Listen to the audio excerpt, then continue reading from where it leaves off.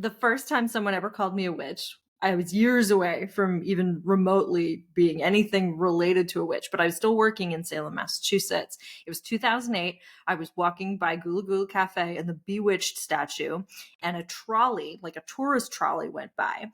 The guy who was giving the tour on the open air trolley said, "And to your right, you'll see an authentic witch." And I was just standing there, and all these tourists pull their phone out and start taking pictures of me. So I, of course, flipped them off because what else are you supposed to do? They knew something. That guy knew something. That guy was a witch.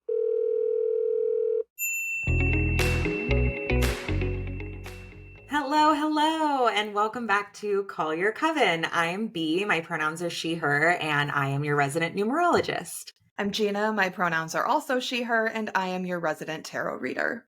Nope, that's me. I'm the resident tarot reader. Let's redo that. I'm Jeanna, my pronouns are also she, her, and I am your resident astrologer. And I'm Meg, my pronouns are she, they, and I am the resident tarot reader. I actually did have a stint as a professional tarot reader before I did astrology. They say, like, I'm not the one who's a professional tarot reader anymore. I'm like, you were before I was. We actually are here to talk about when that did happen for you, because I'm sure it's going to be a part of your coming out of the broom closet story, which is... segue. Yeah, thank you. But we are here to talk about being witches and being witches in public. And I felt like for this conversation, maybe we could burn the Shield Maiden candle, which invokes the brave warrior spirit. And I feel like that is a great spirit to call upon in a conversation about having the courage to strike out on a different path, to commit to something that is historically persecuted and culturally misrepresented. And also, there's a rune inside of every Odin's Daughter candle. And this one, when I looked it up, I did not expect this at all. It's the rune for trust. And I thought that was so juicy and interesting. That's so beautiful. But I wanted to ask everyone's consent to light this candle. And everyone listening, I'll be like Sam Valentine of Valentine Tarot. And if you don't consent, you can stop listening now. Okay, cool. I love that. Yeah. I wore my necklace for this chain is the one I wear for, speaking of necklaces that symbolize things. This is my courageous rebellion.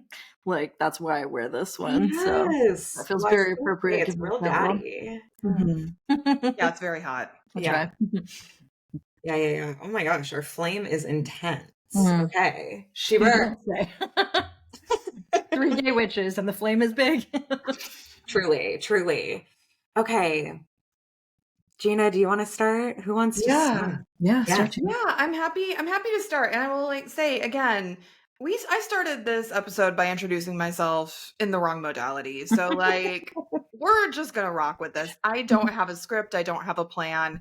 I was sharing with B and Meg prior to us turning the record button on that I do think there is if you were also, ex-evangelical or have left a high control religion, then you are extra on this pipeline from deconstructing a high control religion to the spiritual but not religious girlies, to perhaps describing yourself as witchy rather than as a witch, kind of by way of testing the waters, feeling it out. I have finally landed at witch. So that's where I am. Which itself is a very fraught word. It means a lot of things to different people. Culturally, depending on where you're positioned, it may mean something different. Even within the quote unquote spiritual and occult and witchcraft community, especially online, there's so much debate about who gets to be a witch or what makes a witch or the initiations that do or are not relevant. It's a very contentious landmine, field of landmines to walk into, to move into, I should say, which is why, I don't know, here at the top, I just want to say that there's so much loaded baggage around that word that if it's one that feels like it represents you, I think you get to say it. if you are brave enough, you know, again, warrior spirit here, like if you are brave enough to claim that word for yourself, I think you get to do that. I also think it's really important to do a lot of research and a lot of reading to understand how you're positioning yourself in that way vis-a-vis, you know, other folks in our current time. I don't know. I just, if I hear one more white woman talk about the witch wound specifically, I'm going to explode. You know, like most of the people, like, let's just get out of the way right now. All of us here are white. We're probably going to talk about white supremacy and witchcraft at some point today or in a future episode. And I do just like want to say up top that I think that especially white women have a lot of responsibility when calling ourselves witches, because for too many people, I'll just asterisk that, like, this is a way to sort of stay persecuted, if you know what I mean, without reckoning with the power we have as white people. You guys can also like tell me to shut up and go down a different train if No, you're right. this. No, what a fun soapbox for the day. Yeah, let's Yeah. go. I just think that, you know, have people who have been called witches been persecuted in the past? Like, obviously, we've read history textbooks, like Salem, Massachusetts, you know, Europe and the medieval to Renaissance era. And there's also a lot there around how most of the people who were persecuted as witches were marginalized folks, were poor folks, were midwives and folks who were like wisdom keepers who were outside of institutional religious and government traditions.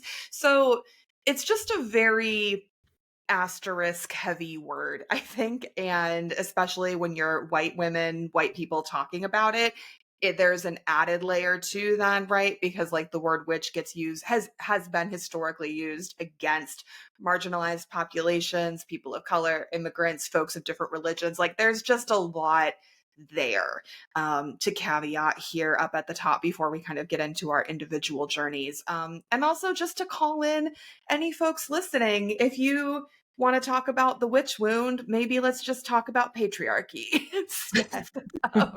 I just really hate when white women talk about the witch wound. I'm like, Yeah. I want to kill It's everyone. very cringe. No, it's Like, super fair. This whole thing is making me think of that meme that's like the white woman phrase, like, we are the daughters of the witches you burn. But then it's Yes. actually someone's like highly evangelical grandmother being like, you're all going to hell. Yeah. yes, if that phrase, I want to yeet it into the sun. I'm just the granddaughter, grandperson, whatever, of like other missionaries and colonizers. Like, what are we doing here? Right, Like, right. Exactly. get it together, y'all. Yeah. So, yeah, we are not the daughters of the witches you couldn't burn. There are no witch wounds here. Like, so let's just caveat that out of the way. And that's, you know, the Jeanna Catholic soapbox for the episode. I'm just kidding. Yeah. There will be many more. It's important to have soapboxes. I never met a hill I didn't want to die on. Capricorn story. Yeah. So should we? Oh, B. Sorry, go ahead. Oh, no, it's okay. I was just going to take us somewhere else. Yeah, take us somewhere else. Okay. Yeah, I mean, I'm happy to share. I feel like none of us really had grand coming out stories, although there are places along the way that, you know, we claimed things publicly or started doing things. But I can just share that while I had a very religious childhood in terms of access to the church and actual like desire to want to be a member of a church, I didn't grow up in a high control religion. It was always a choice for me to go to this church. And so that's something that is really interesting to me as an adult and as someone who now claims, or I don't even know what I've claimed, to be honest. I feel like I'm very much still wrestling with what I believe in and who I work with and kind of all of these intuitive things that we talk about and ancestral things that we talk about in terms of being a witch or having a craft practice or, you know, whatever you want to call it. But I feel like I've always felt like a remove from the church, even though I went to church and very heavily participated until I was like 16 or 17, like new age stuff, astrology, that was the banner that it was all under at the time, was like the new age. That was always a part of my childhood. Like my mom showed me my horoscope in the paper as like a really young kid. And I always knew what my sun sign was. And then at some point I had my numerology chart read by like a sidewalk mystic in Northern California. Incredible. It's amazing. I still have the chart, but like my mom was a singer at a church and we went there, and then also was into all of these different spiritual and kind of witchy modalities. So I got my first tarot deck after I consciously left the church after I graduated high school. And I went to the Lone Witch shop in my hometown and really wanted to pick out a deck, or at least see like what spoke to me and kind of what tools I wanted to use. And I ended up with a Doreen Virtue Angel deck, which is so funny now because she's I already did a whole episode on her for Coven, but oh my God, y'all, if you have not listened to that episode, I just have to plug it. It is so good. It's so interesting. It's absolutely wild. You have to listen to this episode. It's really bonkers. I want more and more media outlets to talk to her. Not because I think she should have a platform, but because I'm just fascinated. It's just a whole, it's a whole voyage, if you will. Yeah. It's a whole voyage. So I read tarot like for myself and as a personal kind of meaning making practice and method of prayer. I really do still kind of struggle with some of the religious terminology and like uncoupling it from the church itself and the experiences that I had personally that led to leaving the church, but then also just the church as an institution that still has a lot of power in our lives. Yeah, so I had my practices and I wrote my tarot in my little diary, like from 17 on, I always had a deck on me. And then I didn't start publicly giving readings. Okay, in like 2015, I went on a trip with a bunch of other actors to Costa Rica. And I ended up reading tarot for everyone except like a small handful of people on the trip. And that was the first time that I'd ever said like, oh, I read tarot and I can do this for other people. And then I can't wait to tell you this. In 2018, I had an Instagram, and that was my first public foray as a witch. And the Instagram doesn't exist anymore, but it was called One and Wonder. Cute. Very cute. And I did tarot readings online and tried to take like aesthetically pleasing pictures like Meg does so beautifully, except mine was just me trying to frame tarot cards in with like a plant that I hadn't killed yet in my apartment. Mood. But I don't know that I ever had like a real coming out moment as a witch. Like I have these things that I can point to. My first numerology zine came out in 2020. So my book came out in 2022.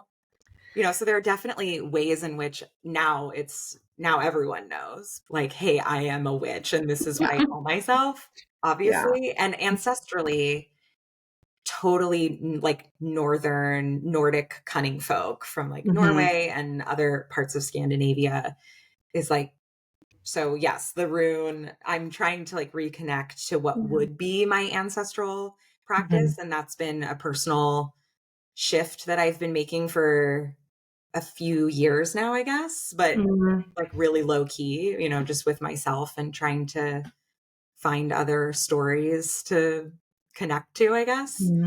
But yeah, I think, my coming out as queer was really just posting a picture of my now wife and I.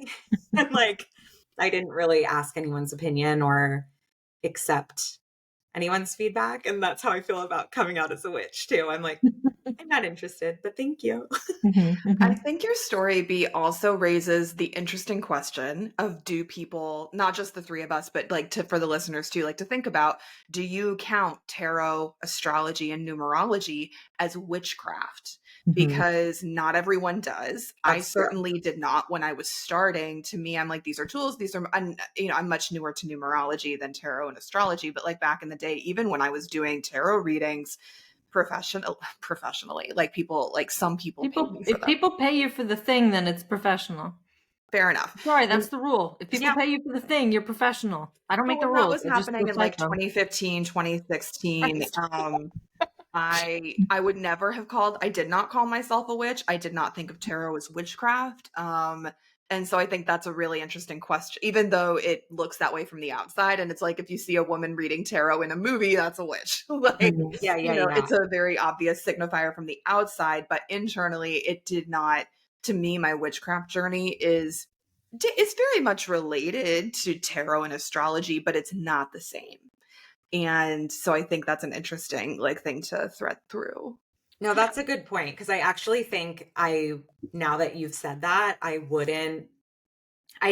it can fall under the umbrella, but I don't think that it is necessarily the same thing, because obviously, like, tarot has this rich and beautiful history, but also this long connection, and just in a professional sense, to like the Romani people who would not call themselves witches. Yeah. Some might, but other ones would not. So I don't think that tarot, a tool like tarot gets to necessarily be claimed as witchcraft exclusively.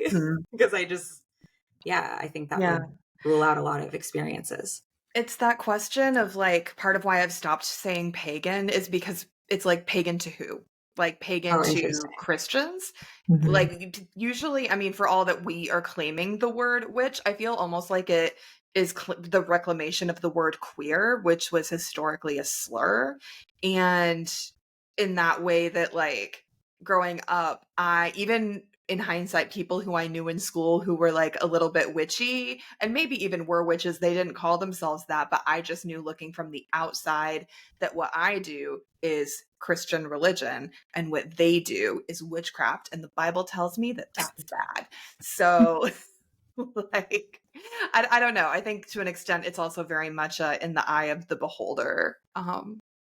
Like, whose positionality are we considering here? Yeah, I think this is really interesting, and I appreciate that we're talking about this, because when I was like sitting down to kind of just take notes for myself and look at the chronology of my own story, because I have chronic illness, I never know what year it is. That was a differentiation that I had to make for myself. Was like, okay, when did I start reading tarot? When did I start publicly reading tarot?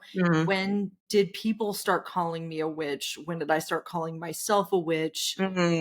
And how often do I actually use the word witch to describe myself? Because I don't really actually professionally call myself a witch. I like say it with friends. I say it in a context like this, but I don't think it says witch on my website anywhere. It doesn't say witch in my Instagram bio. Like, Same. I don't talk about spell work or anything. And not that there's anything wrong with that, but like, the word witch to me, and maybe it's because I like straight up spent 10 years working in Salem, Massachusetts.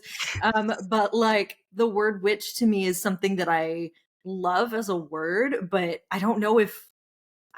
I never quite know if I want to claim it for myself or not. So it's something I feel very bendy about. And I mean, I am bisexual and non-binary and have a weird relationship with the word witch. So I come out all the time, constantly. Like, I was with a man for 13 years. Unless I'm walking around holding my wife's hand, people don't always clock me as queer, and they definitely don't clock me as non-binary. So coming out for me is never been simple, and it's always just an ongoing, hi, do you know who okay, here's the things, like, blah, like, and my disabilities and chronic illnesses are invisible, so it's like I have to constantly be telling people who I am. And that's just always sort of been true. When I claimed my Instagram account, which I've been publishing tarot content on for years without even my first name on it, it was just the brand 3 a.m. Tarot. In 2019, I got hired to write Tarotscopes for Autostraddle. And finally, I'll tell my whole story proper, but like, in 2019, when I started writing for Autostraddle, because of how well my account was doing and finally put my name on it, it like skyrocketed because all of a sudden there was this connection and I was like claiming this account. And that was like my most public coming out, honestly. It was like finally adding my name to this work I'd been doing for years, which was kind of wild. But yeah, then everyone was like, oh, Meg's the witch. Meg's one of the Autostraddle witches. Meg does witchy content for Autostraddle. Like it was just like immediate. And I was like, did I say that? Like, did I claim that? Like, and I'll write that content, I'll get paid for it. But like, it was very interesting how immediately, as soon as I was like, yes, I'm a professional tarot reader and writer, it immediately became coupled with, and she's a witch. Obviously they're a witch, you know? I also was raised in a high control religion. My parents were church planters. And so I was, you know, since I was a baby, I was involved in the church. Like I got baptized multiple times because our church was weird. And since I was a little kid, I was learning all the things and doing all the things. And I was raised as an eldest daughter of people who were prominent leaders in the church. So the expectations were very, very high. And I was thinking about, Jeanna, how you said I was like the original punk or OG punk or something like that. And I do think that that's true personality wise, but I really spent the first basically 30 years of my life, and I'm 39 now, like trapped in this mindset of you can't have spirituality without religion, and God wants to send you to hell unless you earn a spot not in hell. So like, even when I unofficially left the church, finally, it was a very long and drawn out process. There wasn't a formal leaving. Like I graduated from Bible college in 2007. It was the first time I had access to like fully uncensored internet when I was 21 because my college censored our internet. We had mandatory chapel attendance.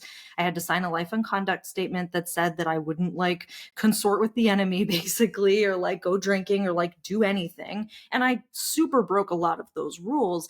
But when it came to the religion aspect of it, I really struggled to think outside of the religious box in any way.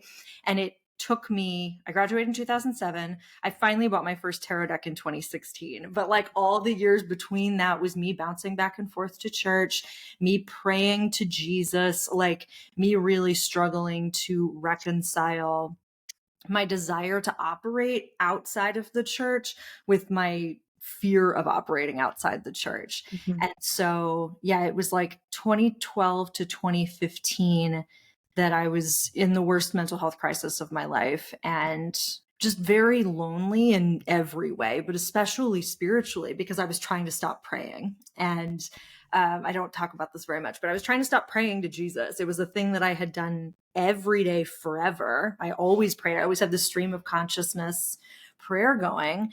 And I was like, if I'm not going to church and I don't believe that this is it, why am I praying? And I tried to stop and it like broke me a little bit.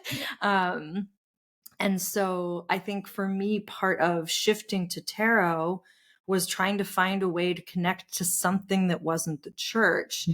But it still took a few more years before I found something else to pray to. And for me, I think that was the desire to shift to something that I call witchcraft now, or deity work. Ancestor work is tough, like religion is tough, ritual is tough, but prayer has always felt okay.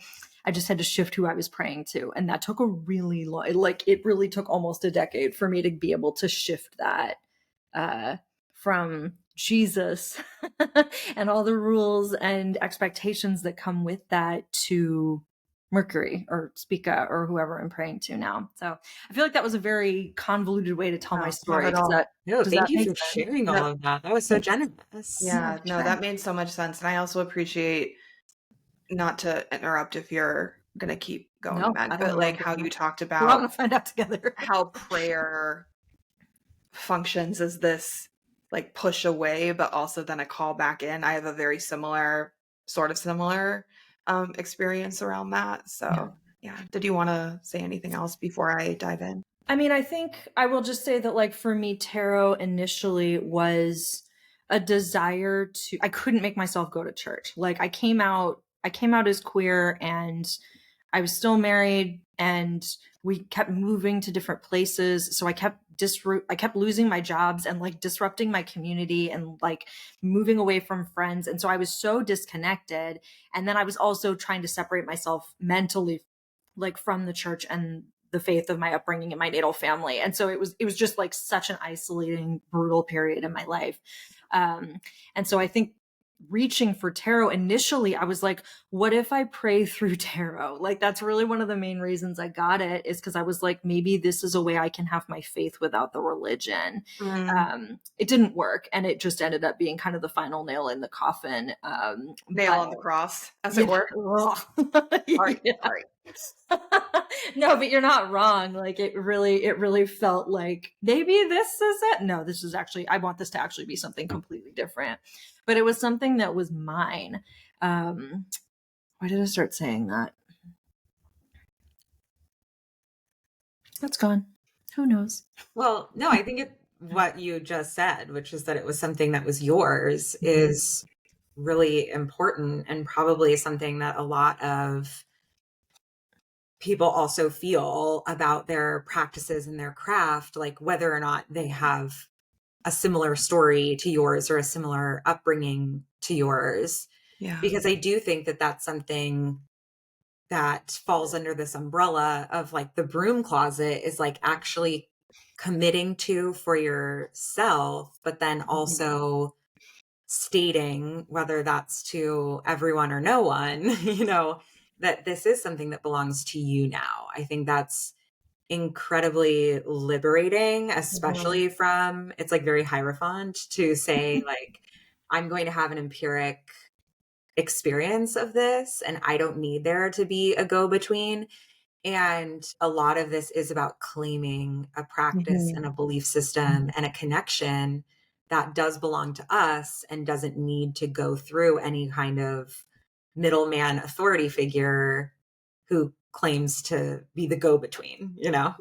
Yeah. And I think for me specifically, it was very much like the Jesus that my parents had taught me, and like the very punitive fire and brimstone, like you're either saved or you're not, like, and you should be afraid of this God that I was raised to believe in. Like, for me, severing that link via prayer was really the last and hardest step for me. Leaving behind the church community, I'd moved so many times.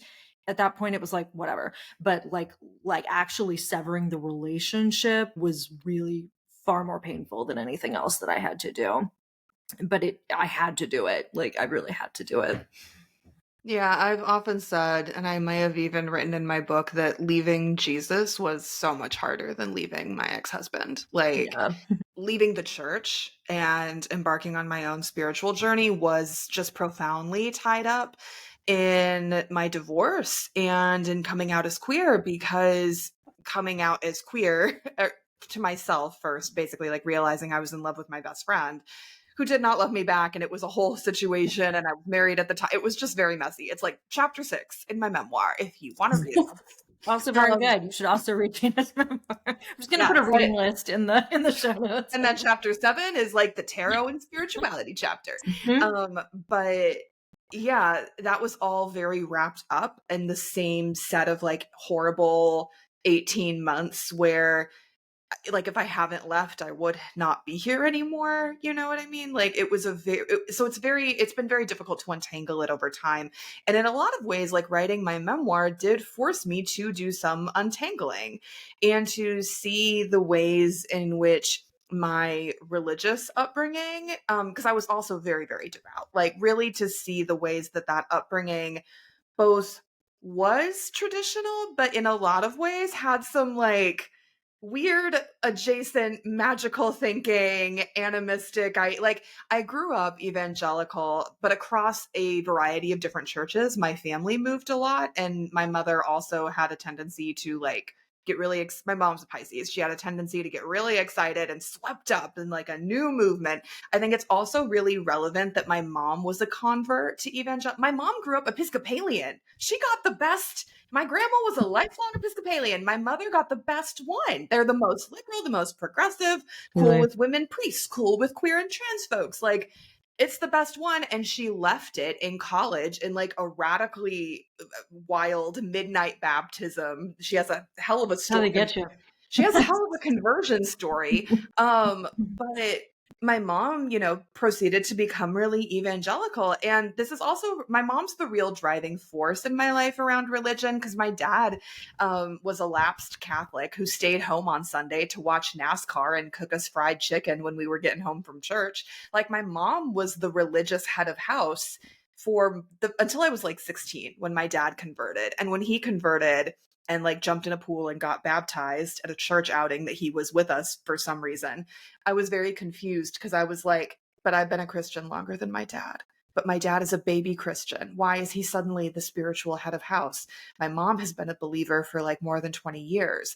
Why is my dad getting put in charge of this? He knows nothing. And so, you know, poking holes in the patriarchy pretty early. But I say all of that to say I had a very devout, very religiously excitable mother who also, and like, I've never talked to her about this, but my mom is like low key, very spiritually tapped in. Pretty sure she sees stuff, pretty sure she hears stuff, because I also do. And she started telling me and teaching me when I was very, very young not to talk to spirits I didn't know. And she talked about like basically how to do a lot of spiritual protection work and how to like be invoking Jesus to make up to intercess and to make other spirits go away. That is not run of the mill like Sunday school in evangelicalism in Baptist churches. So I grew up what I just thought was the way everyone grew up, but simultaneously with like a mother who was very attuned to how locked in I was and was really trying to keep me on the straight and narrow, as it were. I'm doing a talk at Salem Witch Fest in August, actually, about the magical practices of the religious right, because I did grow up in so many churches where it's like, oh, those are spells. Oh, that's actually a very like animistic influence. Oh, that's like they're literally doing really hardcore angelic work. So I'm going to be doing some talking about that, because I grew up in a bunch of weird churches that just fit under the umbrella of evangelical.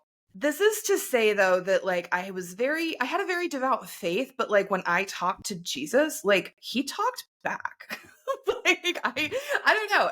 I always, and I knew that I wrote about it in my book, and I knew that writing about it would make me like suspect to the more enlightenment, scientific inquiry minded people who were like, you're leaving the church, you have a problem with it, but who do you think was talking to you? Like, you crazy freak, you know? And I talk about like having seen Jesus as an apparition in my living room at one point in the book. And I've gotten just so many questions from interviewers being like, okay, but you didn't though, but you know that you're making that up, right?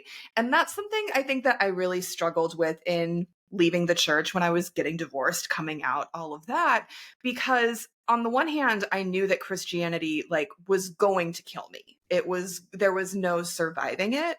And also I had had just too many weird experiences. I was like, I do believe in a spiritual realm. I do believe there are spirits out there. I don't know what they are. I don't know who they are, but like, I do know empirically for myself without a shadow of a doubt that when I have talked to Jesus, to something, stuff talks back. And that has just always been so true for me that I really struggled. Like, I know some folks who, you know, they left the church and they just quit everything, like went the agnostic atheist route. That was never an option for me though. Like, I just was too curious. And also I really relate to what Meg said, because I felt really lonely, you know, when I was coming out and divorcing my ex-husband, especially like we were still living together initially when that was going on, you know, and he was walking around the house saying things to me like, beware ye who walk in the way of sinners, which is not a Bible verse, by the way. I have looked it up like 1,000 times. So I don't know what he was hodgepodging, but like, Whatever worked for him, whatever he thought would scare you. Right? I had such a strong sense of like I don't know. I felt like grace was not available to me. Like, there was no there was no chill, cool Jesus who was available to me. And so I stopped praying pretty immediately when that happened, but it was out of shame, honestly. It Yeah. was like, when I look back and I'm like, I couldn't hear him anymore. And I'm like, is it because I didn't want to? Is it because I was too ashamed? Is it because that version of Jesus that I was connected to was a dick and did stop talking to me? Like, what was it? I don't know. But for me, getting a tarot deck, which I got because I was heartbroken because my best friend didn't love me back. What's up?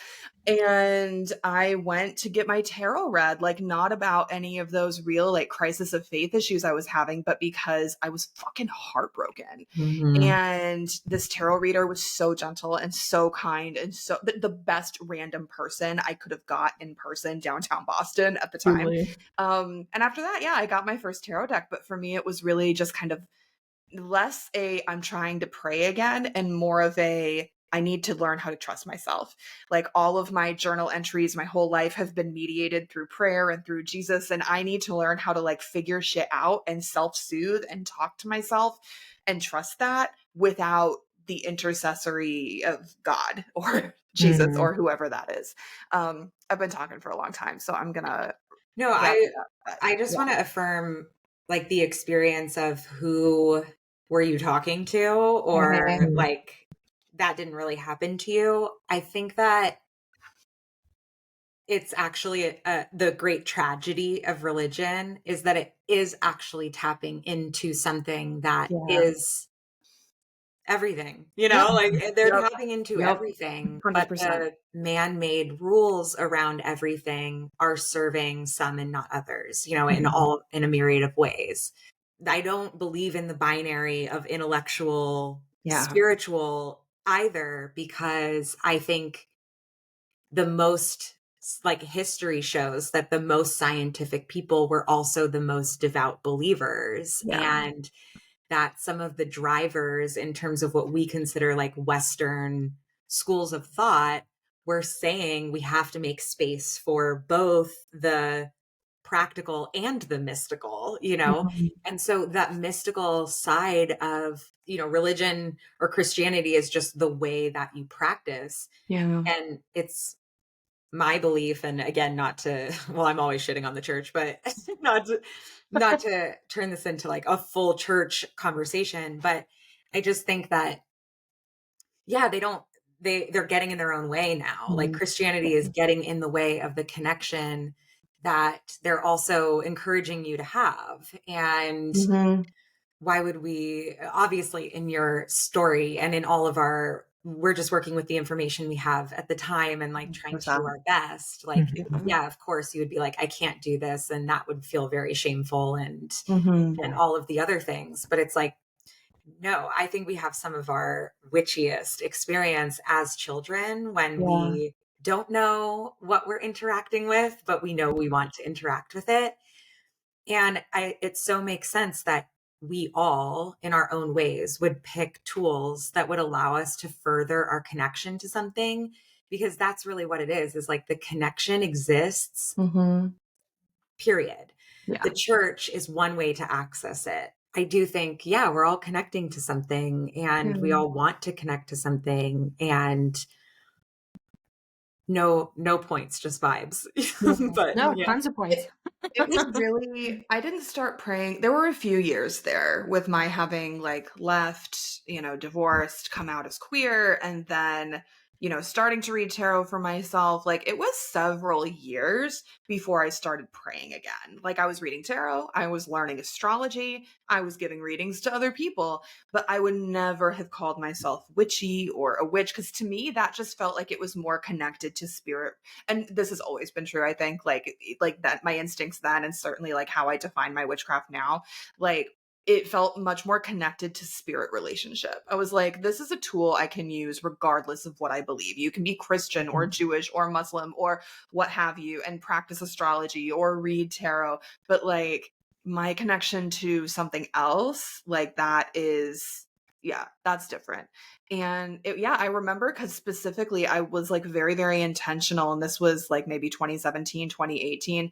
I was living back in Harlem and I would go down to the Hudson. There are a bunch of beautiful like parks on the Riverwalk in New York. And I would just like talk to the water, and like very specifically was trying to teach myself how to pray again. Because the other problem with having been so devout since infancy for 25 years and being an extrovert who likes to talk and all of that is that like when I pray out loud, like it was very easy for me to fall back into church rhythm and like to tack like Lord on the end of a sentence. And so I like I was praying, but I was also just like trying to train myself out of those, really like dug roads. Like I was like, I need to dig something else for myself. I have to get that out of my language and find a different orientation, including one that isn't like beseeching a power. I mean, not to say that you don't do that, because like, yes, that happens too. But like the power differential in Christianity is very like you pray, you praise,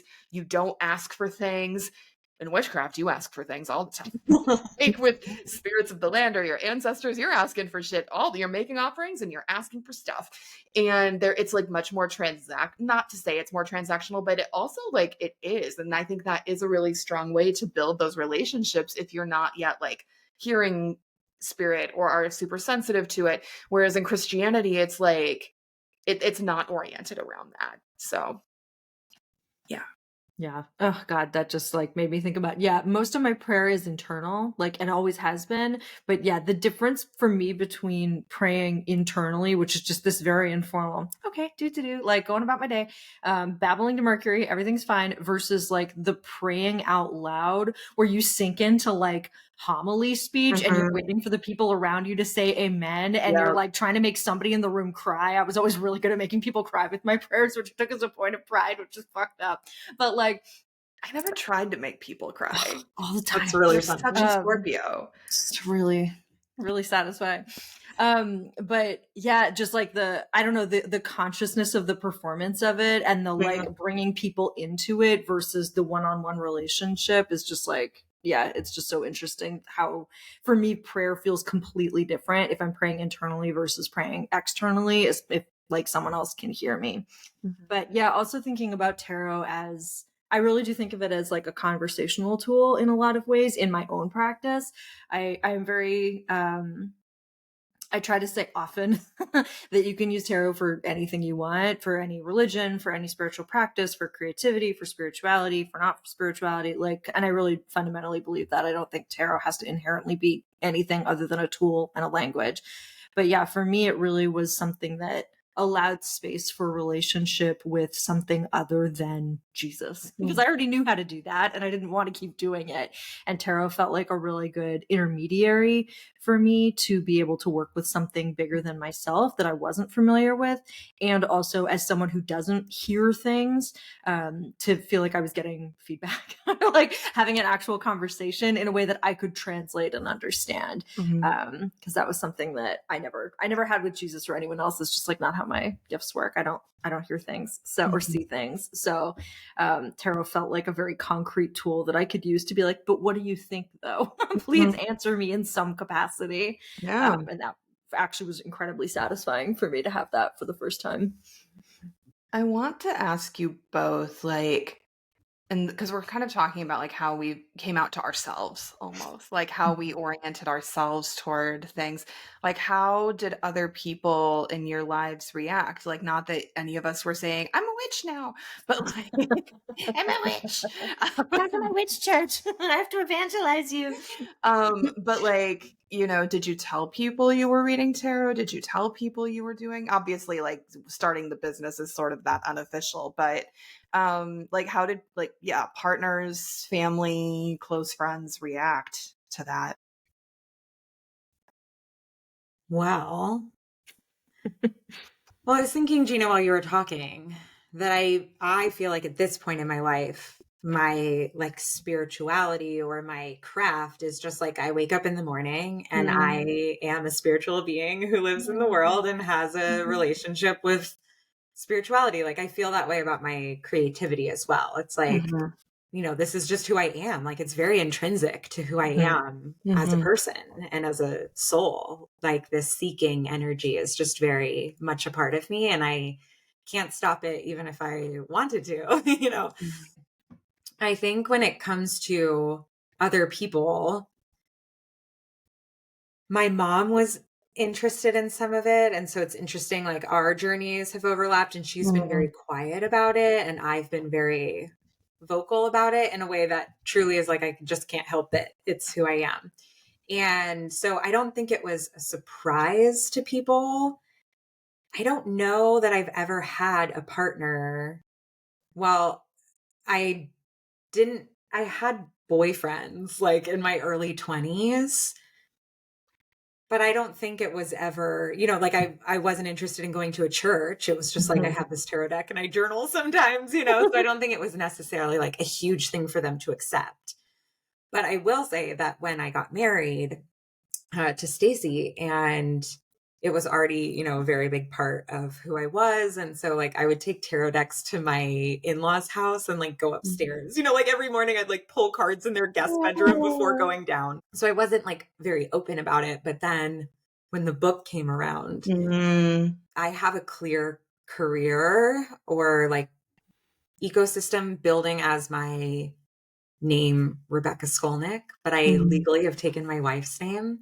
So I decided to stay Rebecca Skolnick on the book and like in public. There's not a lot of us left using that name. So I was like, okay, I've already done like a lot of work on this ancestral line to like clear it for what I want to do with it. And I don't want my in-laws to have to be wrapped up in anything that I want to talk about publicly because again, I always have been like, this is who I am. I can't help it. So I'm just going to do what I'm going to do. Yeah. But I'll try and shield you from whatever could happen. And honestly, when the book came out, they were like, hi, who is this? Where is, like, we expect to see our name on this book. And I was like, oh my God.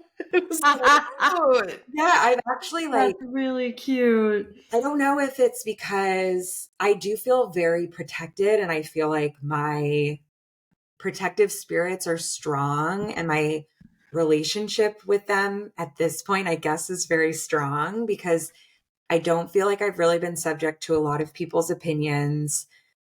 The few that have come through, it's been very easy for me to just be like, all right, well, to each his own, and go with grace. Yeah. But like nobody's opinions can sway me. Like this, I am who I am. So yeah, I've actually only had like really beautiful experiences. Like again, when my book came out, there was a bookstore in my hometown that hosted me for an event and a reading, and like all of my family friends and like my parents' friends showed up at this event. I had a really loving community growing up, and it didn't really seem to be connected to the church either. Like I really feel so hopefully I never thought I'd be like, I hope I'm an inspiration to you, but like, I don't think it necessarily has to be all doom and gloom. Like I have found that no matter the religion or the viewpoint, like if people love you, then they're going to love you and they're going to support what you're doing. And yeah, I had a room full of like Northern California, pretty conservative, pretty Christian, people in a room who were also Northern California, and that is relevant. That's amazing. The Northern California of it is very relevant. I know. It's a weird breed.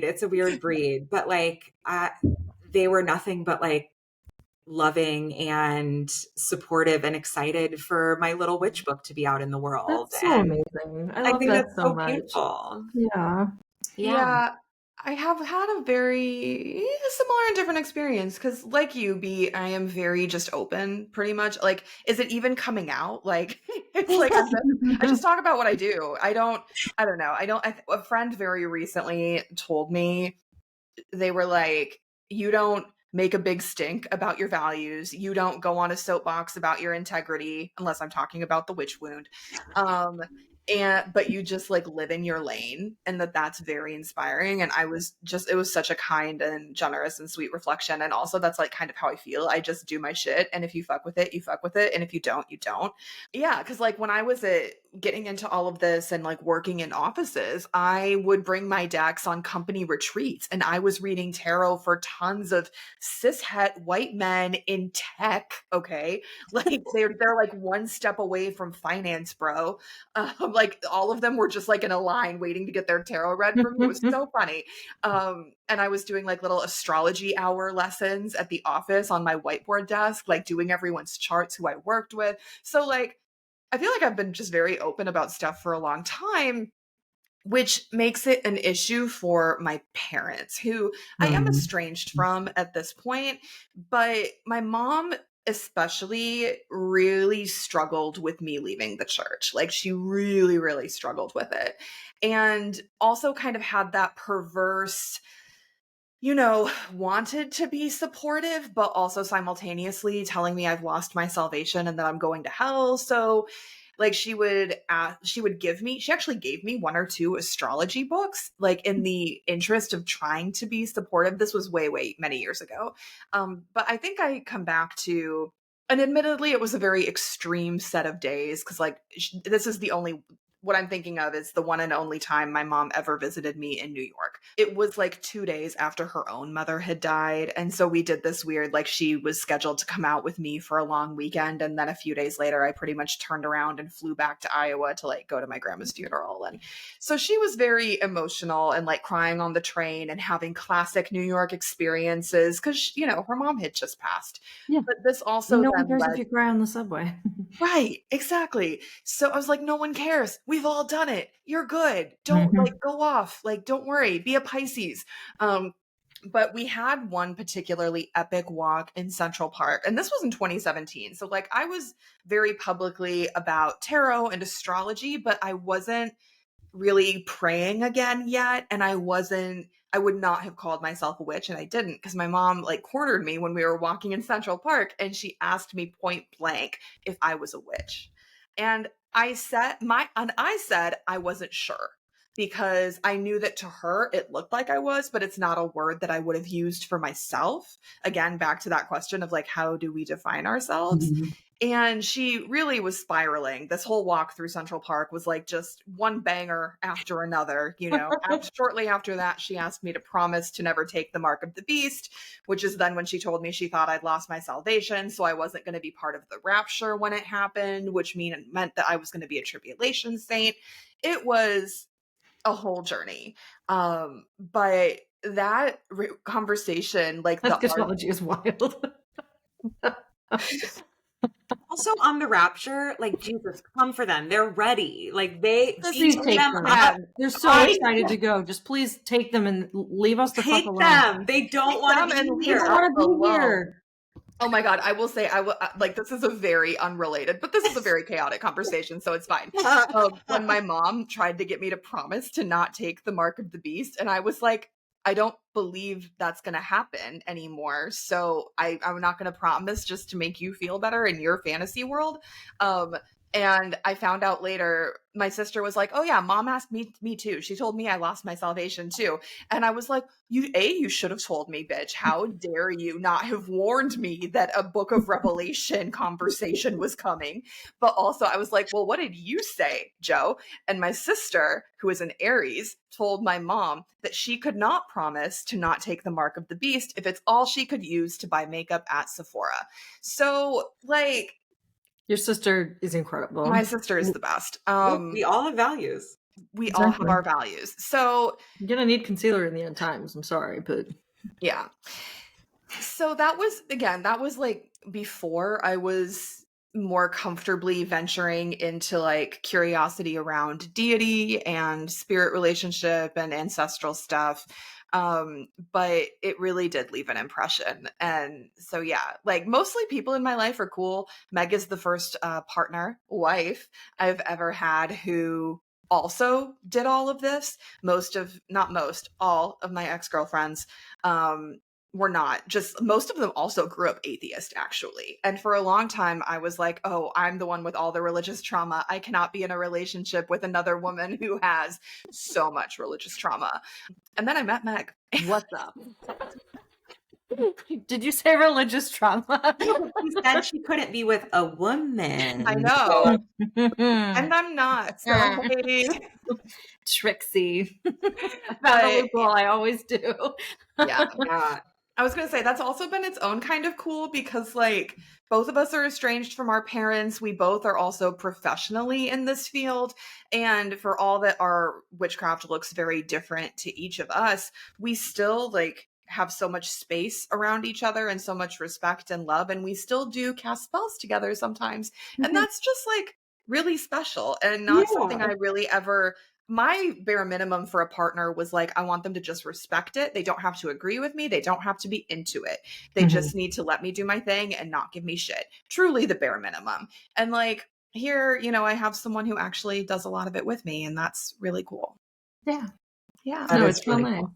Yeah. Did you want to say something before I answer? Yeah, about Stacy, my lovely wife. For anyone who knows her, like this, she's not a witchy woman. But I actually just remembered she didn't really have a choice when we first met because we met through a friend. I was friends with her roommate at the time.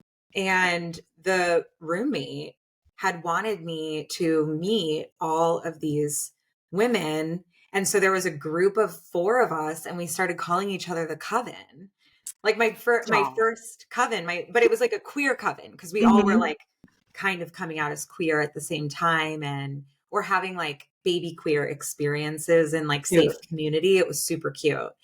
And then, Stacy was always just around. So she wasn't supposed to be in the coven, but she was like an honorary coven member. So that's like how I met Stacy. She didn't really have a say, but now like she will ask for me to read cards for her, or she is very supportive. And I mean, I already told you that her family is mad I didn't put their name on it.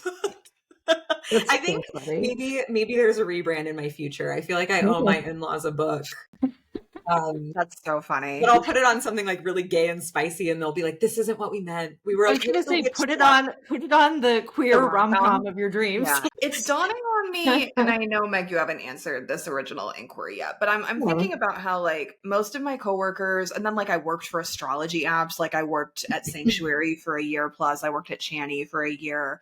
So obviously I'm then like literally working with other very similarly oriented people, but an area where I have still experienced, and it's getting better over the years, it's getting better, but like probably for the last like 5 or 6 years, my biggest tension with like publicly being an astrologer, even though that's what makes me money, like publicly being witch adjacent, like my craft, my own witchcraft is in no way monetized, in no way like part of my business, but because I published a much more literary memoir, I was very, very concerned about being taken seriously within the literary community. And that is a very long-standing tension that I have felt, even though I am routinely shown through all of these amazing writers who read my newsletter, like through people like Chee is so open about his experiences with like tarot and spirituality. Like, even though there are these people who I respect as writers who talk about that, I feel like very in a liminal in between. Like, I got profiled in the New York Times. Amazing. It was as an astrologer when my book was coming out, and my messy, bratty self had a lot of feelings about that. I'm like, the New York Times didn't call me an author or a writer. They called me an astrologer. And I wrote a whole thing about this at the newsletter, but like Meg had to like screw my head on straight and be like, girl, like your book and name got name dropped in the New York Times. They came to our house and took there were photos. Yeah, I got a page long profile, including a photo of Meg and I reading tarot together. Yeah, it's amazing. Like, but like, so it's felt very strange to me to receive so much more recognition and acclaim for my astrological work than I perceive that I have for my more literary writing, which is what I've been doing on it for my whole life. Like, astrology is new, like, you know, within the last 10 years, like I've been writing my whole life. So yeah, that's where I feel a lot of like tension, I think. I think you just have an internalized witch wound. Oh my, B. Skolnick. Gotta I love go. your face so much, but if you say that to me, Just kidding. I'm just I kidding. know. The trolling. Yeah. Yeah. No, but I think that's so fair to like have feelings about. I think that's just also, you know, you're an ex-academic, like there are Yeah. places that we put goals and dreams, and especially things that we want to be recognized for. And if you have a huge project coming out, of course you want that to be the sole focus. Like it makes Yeah. total sense. And also, I think there is such value in all of these spiritual arts, and they are arts and sciences. Like, I know we talked about that a little bit earlier, but these are arts and sciences. And I think that's so valid to shine a light on them. And like, I think that's what I was trying to get at when I said, like, my spirituality is like my creativity. Like, for me, it's all the same soup. And so it's cool if you don't want to swim in it, but like, this is where I live. Yeah. So I think the identity, and even just having a conversation that's like, how did we come out and claim a label? You're like, well, it's not cut and dry. And Yeah. it's a lot of moments, but that just totally makes a lot of sense, Jeanna. And also, it's very cool to be in the New York Times. Also that. As shitty as they are, none of us are going to turn it down because it is the paper of record, and it also is my local paper right now, which is also weird.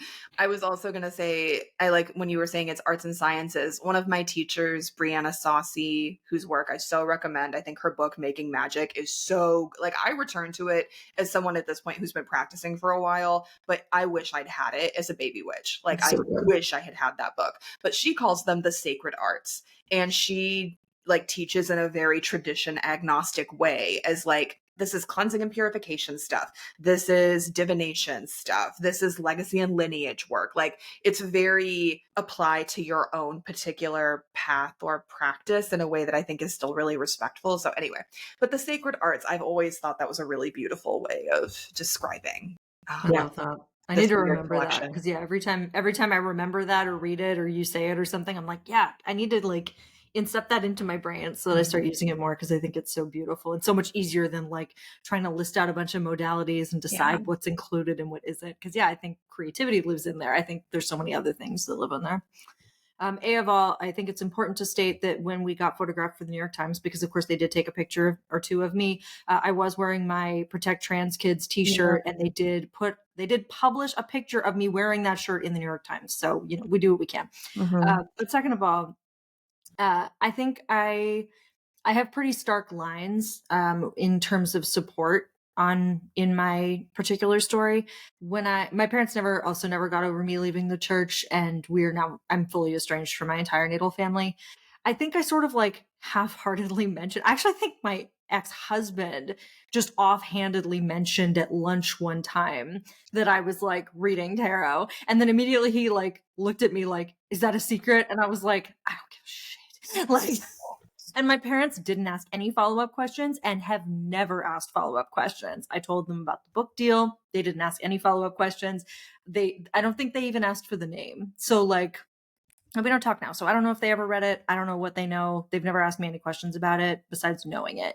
But in terms of my ex, who I was with when I bought my first tarot deck, he was just like, cool. He has a million Sagittarius placements and he really lives them strong, and he's great. He does. But like, he was just like, cool, a new way of looking at the world. Yeah. That sounds awesome. Like, there was just no judgment. It was immediately like, that's a cool thing. Teach me about it. And so like, he literally never had a problem with it. He never said anything weird about it. He didn't like ask for readings, but he had literally no problem with it. And when I started wanting to write about it and started like slowly telling a couple friends and stuff, he was all for it. He thought it was cool. So like when I would start getting more attention, when I went to A camp, when I started writing for Autostraddle, all of those things, he was cheering me on the entire way. So I was very lucky in that sense, because we met at Bible college, and like, he could have been a very different person. And I really lucked out with my ex-husband. But yeah, pretty much all of my friends who were real friends, it was the same thing as coming out as queer. It was like, everybody who was cool when I came out as queer was still in my life, and none of them batted an eye when I told them I was reading tarot. It was just, extremely chill. So yeah, like I have like people who aren't in my life anymore who could have been supportive but weren't. And then there's all the people that are in my life now. And they love it. Okay, so we've been talking a lot about labels and like the witch as a label, but there are many more witch labels to explore. You could take Oh a my quiz. You We could, did not make you one. yeah, The Meg will make quizzes us a make me quiz. want to shrivel up and die. Is there I something for you feel to about hate? quizzes the way I feel about the witch wound. Are you a kitchen witch? Are you a fire? Everything. You get to be everything or whatever you want. Like, Okay, but if you had to choose, what would you do? What's your style of witch? Where does your witch live? What does your witch enjoy doing? I think that if I had to be like a witch in a novel, I would be the secret witch at court, like the courtesan or like member of court who was like a secret witch slash Lucrezia Borgia style poisoner. Like I think that would be me, because as much as I love the Baba Yaga, the hag, like I love that, but I am too extroverted. I love fashion too much, and fashion is something actually that also got me into witchcraft indirectly in the first place. Also, which we haven't talked about, maybe that's a later episode thing. I'm at court holding it down, poisoning the king, doing love magic for my friends. Okay, how did I not figure this out before? You are a Bene Gesserit from the Dune universe. Do you know about the Bene I don't really Gesserit? know, Dune. I'm sorry. I know. I'm sorry. Okay, I'm just saying that's who you are. They are like an order, a devout order of the sisterhood, and they are all about the sisterhood, but actually they have like their own motivations. And so Sure. they're like court advisors and they're like whispering in the ear of the king, but then like doing what they want to do. I love it. Honestly, there's a reason that Yennefer from the Witcher universe Yeah. is like one of my favorite witches in fiction. I love her so much. So that's me. Yeah. Okay, I love All it. right. Well, as the probably Baba Yaga, honestly, I will go next because I am very introverted and all of my shit is my own. Like, it didn't really come up, but like when thinking about like I don't really do a lot of spells, I don't really do any rituals, I don't really tend altars, none of that feels good for me. And my best analogy is if you're familiar with the discovery of witches, there's a point where Diana finally realizes that she's been trying to use spells that other witches have created and written, and they never really work for her. And it's because she's a weaver and she has to write the spells herself. And that is exactly how I am. I just like can't. Every time I've tried to make myself use these beautiful spells or these gorgeous hymns or these wonderful rituals, it's like I'm dead inside. There's nothing going on. But as soon as I trust my own magic and just make something up, it's awesome. It's great. So I am actually the classic solitary witch in the woods, tending a little poison garden, running around talking to the river. And, I would love for people to come and visit me for a price if they have something to offer, and then we can talk about a trade. And if I don't like you, who knows? Who knows what's going to happen? A hex on your house. Yeah, you have to bring a chicken to their table. Yeah, you best bring a chicken at least. Come on. Okay. I feel like I am a little child oracle. Like I sit by a well or like at a table, but it's like somewhere that's like slightly unnerving. In a cupboard. Yeah, right. And then I just like say things. Like you can come to me and I'll tell you what I see in the well or like what I'm feeling, and then I just like flit away to another location. I love that there's a really sweet version of this and like a deeply horrifying, like scary movie version of this. And like, it's like, yes. Yes. Yeah. I do think mostly I am a sweet little child oracle, but I do think I'm probably like far too realistic for folks. Like I think my delivery is gentle, but what I'm telling you, they're like, how could she know that? She's just a child. She shouldn't know such things. Yeah. And I'd be like, I've been through a million lifetimes. And then, So there's definitely a creepy version of me. But Love that. in whatever way a child by the well could be sweet. Whatever version of that is not terrifying.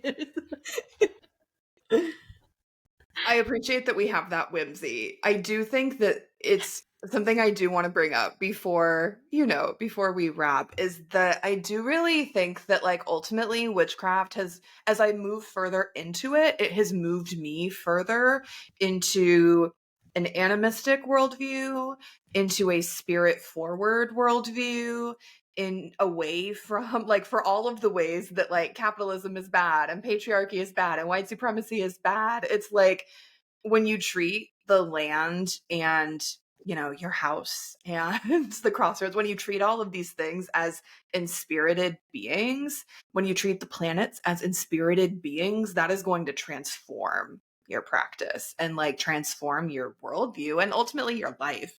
It's so funny because, like, back in the days of, like, evangelical Christianity, when I was still in that, everyone was like, like, Jesus will transform your life, like, your life will be unrecognizable. But, like, I feel that way about this. Like, it's also a way of living that, like, really brings me into relationship with, like, other deeply authentic and deeply curious people, and people who are really living against the grain of what the societal, quote unquote, societal norms are.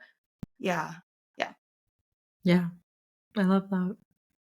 Yeah, just I'm a court poisoner who married a hag in the woods, and we live in New York Sometimes they City. I talk don't to a know what to child tell you. oracle on riverside.com. No, it's halfway through the woods to get to the hag's house. There's a well. Oh my And God. there's this little kid. I know. That's why when bad things happen, I'm just like, oh, I'm just a little baby. Like, why do I have to deal with any of this? Yeah. Just a small child tending to a well. I was just trying to get water, man. I don't know how to do any of this. Whereas I'm like, I've been awake my whole life. I feel 1,000 years old all the time. Oh, yeah. Yeah. No, it's okay. I literally have the bones of a elderly woman, Oh So God. We're it's doing all great. good. We're We doing contain great. multitudes. We contain multitudes. Well, again, this has been super delightful, and Yeah. another conversation that we could probably have for hours. Yeah. No. Yeah. Easily. And have again. And I know that we said last time that we got a lot of feedback on our chronic illness and spirituality conversation. But if you do have anything to add to this soup, I at least am particularly interested to see how the rest of the coven feels about labels, identities coming out. Like, maybe none of that is even a part of any process for you. Yeah, I do think it's really interesting that in our conversations about witchcrafting, the Broom Closet, and like how our practices have evolved, just in this conversation and also in our own conversations, like separately, it always has to include religion and like creativity and relationship, because I think for me at least those are like the building blocks of how I got to where I was, and queerness and all of that too. But like I don't know how to talk about my current spiritual practices without being like, okay, the foundation was Calvinism, the foundation was baptism, like let's start there. And adding in all the other pieces, because it just doesn't make sense where I am now without having that in mind. But I imagine that there are so many paths to this, and I know that there are. So I'm also very interested to hear folks' stories if they're interested in sharing them, because I think there are so many ways we find ourselves in this particular section of the soup. And I hope that it's permission giving, because like I remember, for all that I opened was talking about how like you're on the spiritual but not religious to witchy to witch path. I have found myself back at quite religious, honestly. And that was very revelatory for me. A few years ago, I had a really great conversation with Gabby Herstick, who's bewitching the elements and sacred sex. And Inner Witch and all of those books may be of interest to folks who are not familiar. She did the incredible Ask a Witch column at Nylon back in the day. Like, oh, it was so good. But Gabby, like, very publicly a witch. It's what she does for a living. And she, when we were talking, she was like, yeah, I consider myself to be very religious. And that like she was really the first person I talked to who like I knew and respected, who I was like, wait, what? You consider religion to not necessarily be a bad thing? And I don't want to put that on anyone, but I do say that by way of being like, I think these days, you know, I don't talk about like what my specific relationships and devotions are necessarily, but I do consider myself quite religious. And even in like reclaiming some of the folk Catholicism of my family, like, you know, like Meg was saying, I don't write, or no, I don't use other people's spells unless it's a psalm. Like the Old Testament, man, like there's a lot of good stuff in there and a lot of psalms that have a very long history of being used both in and outside of Christianity. And so I definitely use those pre-written little songs to, you know, work with my ancestors and stuff. So I think it's just so individual and so personal. And as much as people can't tell you you are a witch if you don't feel it, I don't think people can tell you you're not one just because you don't fit the mold that, you know, some occultist online believes you should. Amen. Amen. Amen. Yes. Praise me. Like, Jesus. I know the I am God is like a whole different whole thing. Yeah. A whole thing. And you know what? I don't know if I'm ever going to be in that space because, you know, for all the deconstructing I've done, like the I am God, I'm like, oh man, I don't know. Like, If I can get there. Well, I was like, no, I am God. And now I'm like, well, I don't think I'm God anymore. Or like I'm having a not God moment. I love I'm having a not God moment. That's I so am funny. not God right now. And that is what it is. Sometimes it's just like that. Sometimes you're God, sometimes you're not. You know? Sometimes you're God, sometimes you know. Yeah. Oh, well, this is great. And yes, let us know how this is landing for you. Or if you just want to let us know what your witch type is, that works too. Oh my God. Okay. If you're listening to this and you have a place that you think does really good dropship, like print on demand, I have been researching it forever. Part of the reason, just to break the fourth wall here, part of the reason we haven't done merch yet is because I keep reading all these terrible reviews of like all of these places that do merch. So if you've ordered merch from a different podcast or from a different show or whatever, and you're like, this merch absolutely slaps, the quality is great, the print is great, and the prices are not astronomical, please email us at callyourcoven@gmail.com. You would be doing me a huge favor. Thank you so much. You'd be doing everyone a huge favor. All right. Well, please email us at callyourcoven@gmail.com. Get in our comments. Find us on Instagram. Find us on Patreon if you want to support the work that we are doing. And of course, all of our information is in the show notes. You can find out how to be chronically online with the Coven through many different Discord servers. I just want to thank you both for always just diving in and sharing so much. I know that, you know, especially with this kind of topic, sometimes you share practices or stories and sometimes you don't. And so I really honor what is personal and private. And also just thank you both for what you've made public today, because it's all generous and contributing. Yeah, and thank you too, you. friend. We love you. Yeah, Truly. I love you too. Yeah. Oh, And we love you. Yeah. All right, bye.